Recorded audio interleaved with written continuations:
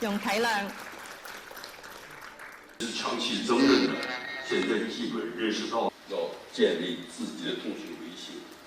今年我们才启动，深圳12号没完成任务，12号马上就上去准备了。国家主权呢，也就覆盖在陆基上，所以非常严密的坚持的。我们已是一个大国，是吧？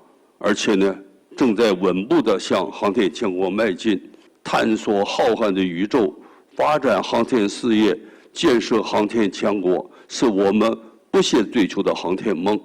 我们正在实现。热情的、真诚实业的欢迎我们在岗的年轻的同学们能够参与到我们这个航天上来。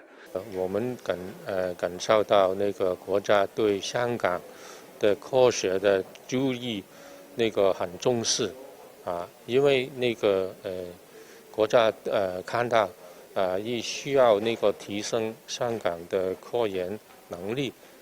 首先，这些非常顶级的总设计师能够到香港理工大学，这是一个非常难得的一个机会。他们会给予我们很多新的思考，还有新的研究方向。而且他们的到来，我觉得也是对我们之前工作的肯定，以及未来工作的一个打劲加油。启发人院是现场到香港来分享他的一些经验，我觉得这个机会太难得了我觉得他的一些经历不仅是我觉得对我有启发，我觉得对他可能也能触发他的小小的萌芽。